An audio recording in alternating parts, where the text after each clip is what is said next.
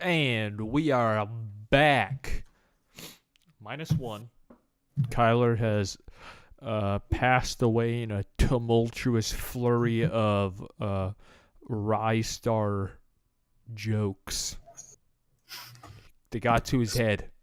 His body got body slammed by a star. Exactly. His body was bodied by Rise Star. So we cut down some day 2 awards, and we're gonna kind of combine them into what should have been day 3, but is day 2 now. So the final award today will be our Game of the Years. So let's just start off running with the first award of the night in Best World Design. Wee-oo. My first nomination is Shadow of the Colossus Remake. Very nice. Very nice. This is best world design or best level design? Best World world. design. We already did level. Okay. We did best level. Okay. Best world design. My first nomination is Red Dead Redemption 2. Red Dead Redemption 2. Okay, let me type that boy in here. All right, Jonathan, what do we have? Well, the nomination is Forza Horizon 4. That is a good pick. Mm-hmm. That's a good pick. Okay. Knock it in. Lock it in. Knock it in. We're knocking it. It's a game of croquet. Oh. All right. You know the rules? No, you hit the ball into those little hoops on the ground. I always wanted to play it when I was a kid, Really? but no one out in America plays croquet. Yeah, that is true. That is true. Nobody on America plays croquet. It's okay. What we're here today to do is to cut the head off the dragon. All right? Yeah. We're going to cut the head off the dragon. Teeth out of our mouths. My next nomination is from a little game called Dead Cells. Oh, Hey. Oh, hey. All right. Let's get some Dead Cells love up in here. All right. All right, We're giving a lot of love this category. This is a good category. I have Shadow of the Colossus remake. Whoa, what the? Really? I do. That is impressive. Wow. I don't know why it's impressive. Though.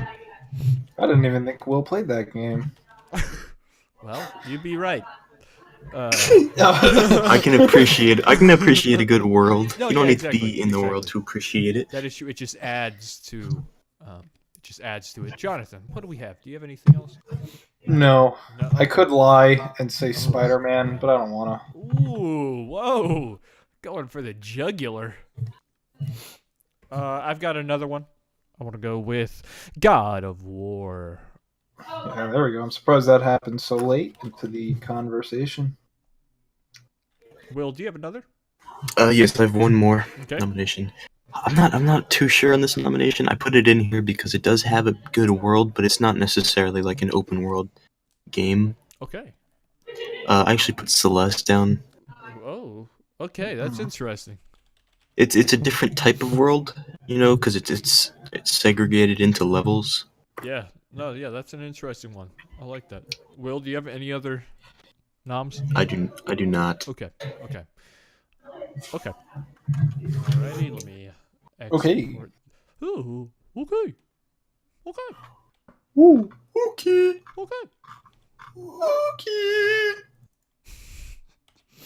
Award 1. And our nominations for Best World Design are... Just drum roll. Give me a drum roll here. Thank you. That is good. You're welcome. Oh. Shadow of the Colossus Remake, Dead Cells, God of War, little slashy mark, Red Dead Redemption 2, Shadow of the Colossus Remake, Celeste, and Forza Horizon 4.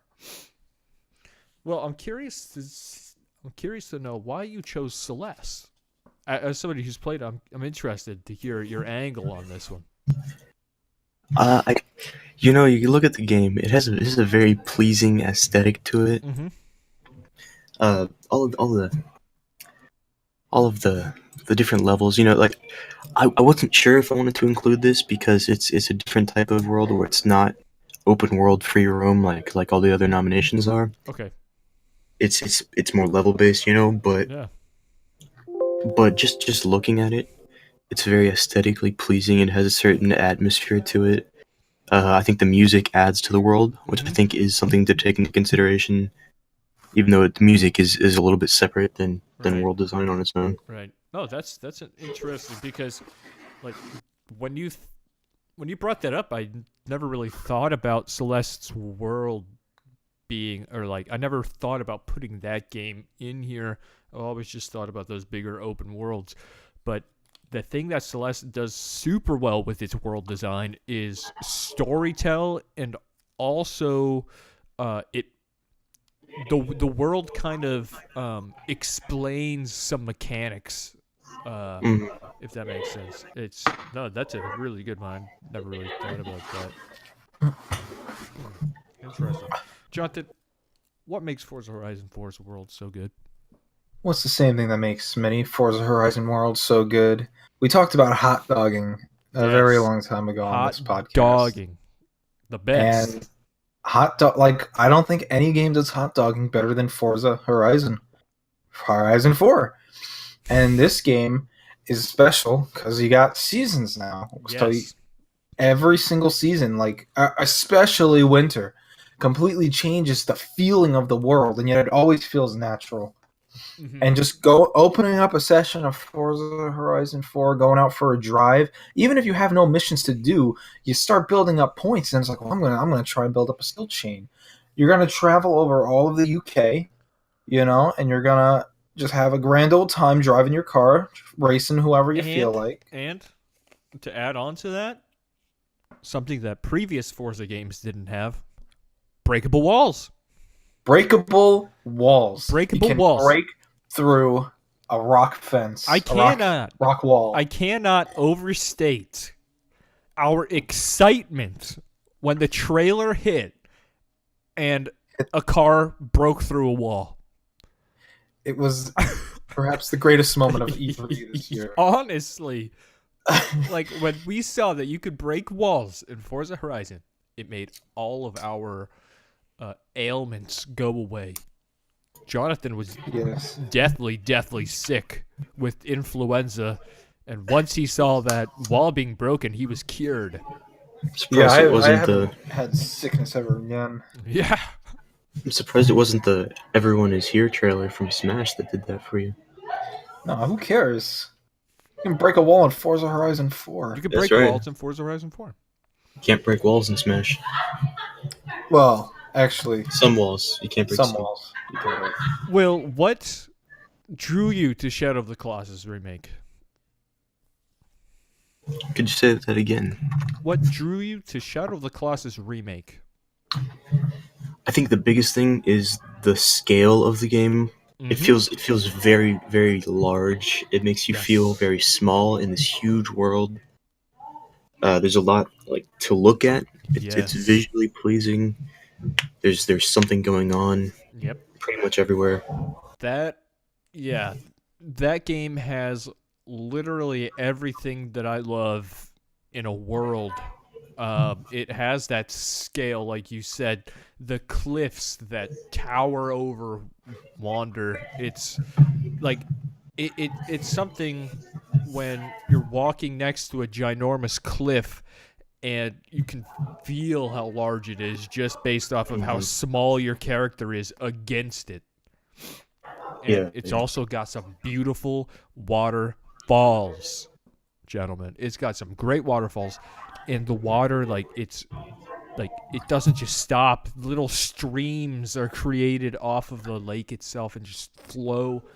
I love this world so much, and the world is so barren. It's such a barren world, but it adds to that. It adds to that mysticism and just pure like just pure scale, because it's you and nature, nothing else. And you could just tell through the world how small you really are. And the colossi are just a whole other story in general, where just the scale is just off the charts. Mm-hmm. Shadow of the Colossus' world is 10 out of 10. Though, because it's a remake, That's kind of what I was thinking. yeah. Is that Because it's a especially remake, and a pretty faithful one too? yeah, because it's not per se or new per se, though I think that the graphics and the remake absolutely help to make the scale even more than it was on PlayStation 2.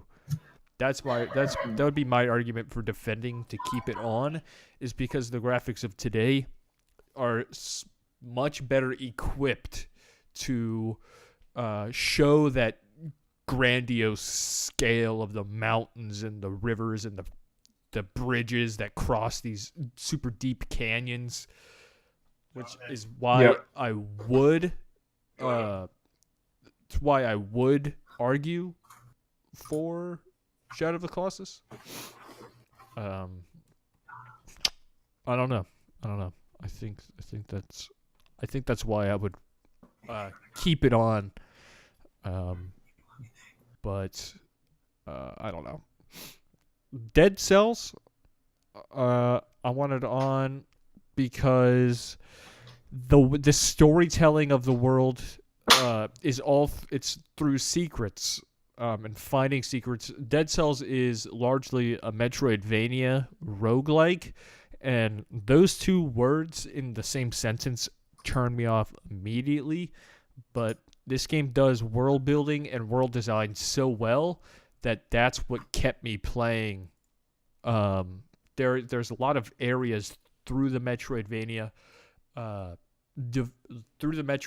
design of this world that can only be accessed when you have a certain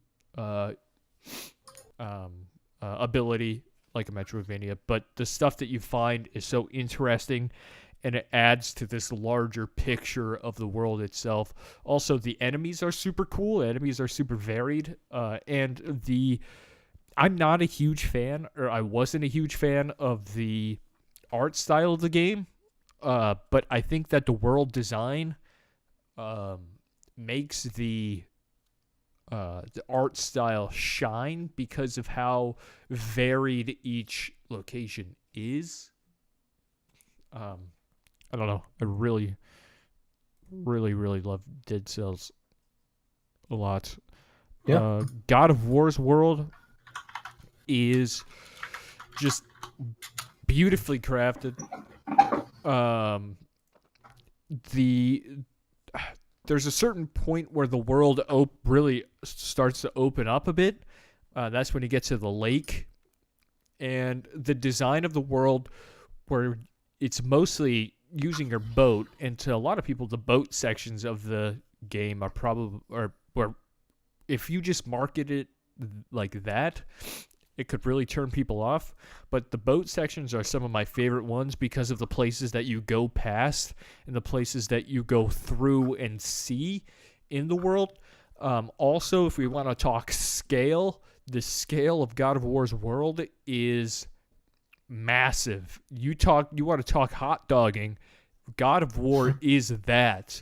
You can see the life serpent like slowly maneuvering through the mountains. You can see the ginormous mountain that is ultimately the end goal of the game constantly. It's very similar to Journey in that way, where that light is constantly there, and that mountain is constantly there. Your goal in God of War is that mountain, and the way that the world is designed highlights that this mountain is the end goal. The different realms are super cool, though some of them are underdeveloped or non-existent. Like, there is this point where you can choose different realms, and some of them you can't go to. But that's just, you just can't go to them. Like Alfheim, which is a super super cool location. It's super colorful, super vibrant, but there's a war going on between the elves, and you can tell because this super beautiful place is now very it's sort of muted. Like the sun or the moon is red, and the red light like shines upon what should be this super vibrant and beautiful beautiful place. There's also a part with this ginormous giant that just fell down and froze into the ice, and you can constantly see him. Uh, you could There's a point where you come up to him, and it's just insane. The scale in that game is just brilliant. I know Will has to deal with screaming people right now, so. What are your thoughts right now, Jonathan, based off of what I just said? The only one I have any real experience with is the God of War world, which I've only played for about a couple hours, 2, maybe 3 at most. Yep. And I mean, just based off what I've played so far, it is very meticulously detailed. It feels like, I mean, there is like a path, but it doesn't feel like one. Because you always you have a lot of room to move around, and there's always like some little secret. Like you're almost always, I feel, rewarded if you decide to venture out a little bit beyond just the beaten path. Yeah, and it definitely opens up even more when you get to the lake. It's super super interesting. Will, you're back. Yeah, you might hear a little noise in the background. Red Dead, let's hear it. Red Dead. All right. I think the thing that separates Red Dead Redemption 2 from the rest of these games is not only the fact that because all of these games are graphically beautiful, right? All of these games are beautiful in that sense. The lighting in Red Dead is fantastic, some of the best this year. I mean, there's some scenes you just have to kind of pause and just look and be like, that is cool. Like the light shining down through the trees and reflecting off of the grass and the water. It's crazy. But the thing that I think separates Red Dead is how alive everything feels and how much memory the game seems to have. And what I mean by that is that everything you do in the game has consequences. Things happen in real time. So if you shoot a deer and you leave the deer there, you can come back and you will find a carcass there, and there will be buzzards on the carcass, and you don't even have to leave. Someone actually took a time lapse. They killed someone in the game, and then they stood there and just let the game run as they stood over this corpse and sped it up, and you can actually see the corpse decaying until it was just skull and bones, which I think is just insane. Yeah, that's crazy cool. Something else is the AI. There is no random AI citizens in the game. Every character, even if they don't have any dialogue in the game, has their own path and has their own life. I watched a video a while back of someone who they did this to 3 separate NPCs. They followed them around every day to see what they did for a week of in-day time.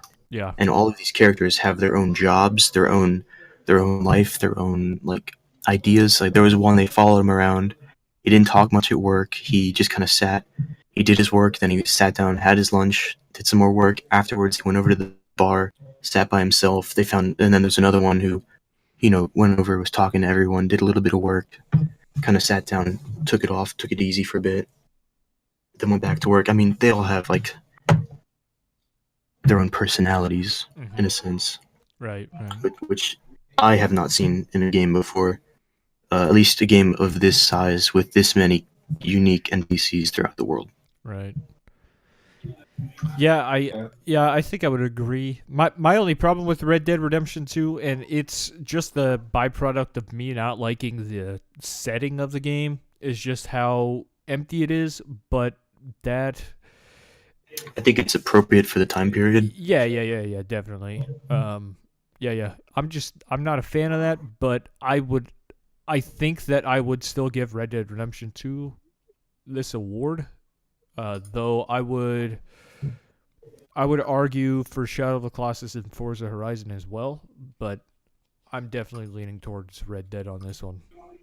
I'm not super familiar with Red Dead, but from what I've heard, the amount of detail Yeah. Like the game is so detailed that people will like levy that as a complaint against the game Yeah. because it's so detailed it ends up being too realistic, you know? Yeah, and some of those are valid complaints, but when it comes to like world design, Mhm. I think that if you want to design a really really good world, especially a realistic world like or like Rockstar's going out to make, I think those details just add to Yeah. the world itself. Though Right. I agree with the people saying that sometimes those details can get a little annoying, but I also believe that it adds to the world that Rockstar's going for. Right. Hmm. No, I agree. I think world building is something that Rockstar has always excelled at in all their games. You know, GTA, the first Red Dead, all of them have really crazy worlds. Yeah, yeah, like I said, I agree with the people that some of this stuff is a little too much for me, but in the context of the world itself, uh, it's extremely impressive. So yeah, I'd give my vote to Red Dead on this one easily. Mhm. Is that fine? Yeah, I mean, as far as stuff I've played, obviously I can only really vouch for Forza, but in general, I Forza have Forza no Horizons is qualms. very very good, and it As far takes as it takes racing open worlds to another level Yeah, with every installation. But I'm not much of a fan of the way Forza controls, but you know, I'd be dumb to deny that it's a beautiful game. You know. yeah, it's a really really cool world. They did a lot of cool stuff with that, but I'm gonna ultimately have to give it to Red Dead Redemption 2. Yeah. That's fine for everybody else. yep. Yep. I do wanna make note that Celeste nod was good. Very very interesting. Very interesting nod. Uh, for the first Game of the Year award for day 2, best world design goes to Red Dead Redemption 2. Next up, we have. I think this was a day 2. Yes, best graphics, but we're gonna change the graphics to best art style, I guess, because art style sort of encompasses graphics as well, and having good graphics can also mean having a good art style. So this one is still gonna be called best graphics, but we're gonna take into consideration the art style very heavily here. My first nomination for Best Art Style is Octopath Traveler. Hmm. Do you have that one as well, Jonathan? Absolutely. Okay, let me just write that down now. I actually do as well. You do? Yes, I do. Very nice. Okay, everybody's got Octopath. Will? I have Celeste on here once again. Very nice. Celeste. Okay, Jonathan, do you have another one? I'll give it out to Spider-Man. Spider-Man. Very nice. I will give a nomination to God of War. Will? Yes, I have. Let me pull it up. Hold on. So I'm just gonna combine. I do have a bunch of nominations for this since there were 2 separate categories. Yes. So Red Dead Redemption 2 is on here. Gotcha. Do you have another one, Jonathan? If I were to give another one out, I literally just had it in my head, and now I can't remember it. All right. Oh, maybe this will spark it. I'm gonna give a nod to Greece. Yeah, I mean, I thought about Greece, but since I hadn't played it at all, I couldn't really argue in good faith for it. Did that one ever come back to you, Jonathan? I mean, maybe I was thinking Tetris Effect, Okay. but Yes. No. Maybe so. nah. No. I mean, yes, it's a beautiful game, Will? but I already know I'm not going to argue for it. Do you have another?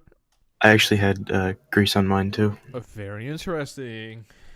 I have one more, and that is going to be Detroit Become Human. I have two more Okay. on mine. I have Forza Horizon. Very nice. Okay. My final nomination, giving a nod to Monster Hunter World. Monster Hunter. Alrighty. Let me get these on in here. Some nice little got some nice little games in here.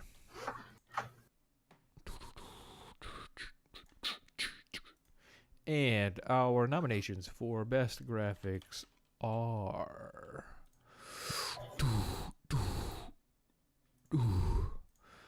Octopath Traveler, God of War, Grease, Detroit Become Human, Celeste, Red Dead Redemption 2, Forza Horizon 2, Monster Hunter World, Spider-Man. Okay. I'm going to eliminate one right now because as somebody that's played it, I don't think that it deserves to be on here. That's Monster Hunter World. I think the graphics are good, but compared to these other games, I don't think it holds a candle to them at all. But that's just me. I would get rid of Monster Hunter World. I definitely think most of these games look better than Monster Hunter World. And if I was to say one that might look lesser than Monster Hunter World, it'd be Celeste. I like the look of Celeste. I think I don't think I ever said to myself, "Wow, this looks great," except for the Golden Ridge. The art direction and that level was good. But if you guys disagree, then No, at least when it comes to Celeste, I mean, even back then, I thought the style just looked fine. I've never been the biggest fan of like the lo-fi pixel look, I Yeah. guess, where it's like in between looking 8-bit. It looks like in between like 8-bit, modern bit, whatever. I don't know. It's not a bad looking game. It gets the job done. like the But- art direction Yeah. is good, like the colors is good, but I don't know. Just It's not Yeah. the reason I like the game so much. I gave Celeste a nod for the best art style once we had that category, and then we combined them. I don't think right. it would win this game or win this category, Celeste. As for Monster Hunter World, I put that on the list because I think it does a good job with the different monsters and creatures. I completely agree with that. I do agree with that. But I mean, it's more of a hey, this Art game direction. looks pretty good. Not this game is gonna win this award. I couldn't see that winning. Right. So are you okay with cutting both of those? Yeah, I'm fine with Yes. that. Okay, cool. Let's cut those. I actually found a way to be able to cut it on screen. Weehaw. So that's exciting. Very cool. Is there anything else here that anybody would want to cut or has an argument to cut? I want to say Spider-Man, if I'm being honest. I think Yeah, the buildings look a little bit flat at times. I mean, it's a Yes, I agree great with that. game. absolutely. I wanted to just give Spider-Man a nod for its lighting. Yes. It does have very good yes. It has the best lighting I've ever seen in a video game. And the camera mode, I think, is a really good addition. Yeah. Photo mode is awesome. Photo mode. Oof. Spider-Man's lighting is so good. I do think Red Dead has better lighting than Spider-Man. Really? I think so. I think part of that is because Red Dead can do more with the lighting because there's a different setting Yeah. that allows for that. There was that scene with the crane, and when he like goes up into the air, it looks like it's from the movie. Like it looks like straight up real life. It looks really good. When they added the Raimi suit like about a month or two ago, Yeah. all of those screenshots, like they look like the old movies. It's absolutely insane. I would keep Spider-Man on for now For now. because it's really, really good. Yeah. It is really good. Although I feel like I would probably vote for most of these other games. Honestly, What do you Forza say- Horizon Okay. is a very good looking game. Yeah. You know, very good looking game. But I feel like compared to the others, it's not quite as striking. That's what my next cut would have been, was Forza. It is I'm okay with that, too. extremely good looking though. Oh yeah, I mean, I don't want to knock it at all for its graphics. I don't want to knock any of these games All right. for So, their graphical prowess. The lighting with when it rains in that game is mhm. crazy. Yep. Oh, and Forza Horizon has some of the best snow. Mm-hmm. Yes, it does. Taking some of those screenshots when the sky is just right in the middle of winter, unbelievable. That is really good art direction. Yeah. I think I'd still cut it, man. Okay. Detroit Become Human. There was many parts in that game where I was just like, holy moly, this looks good. One part in particular pops up into my head. It's when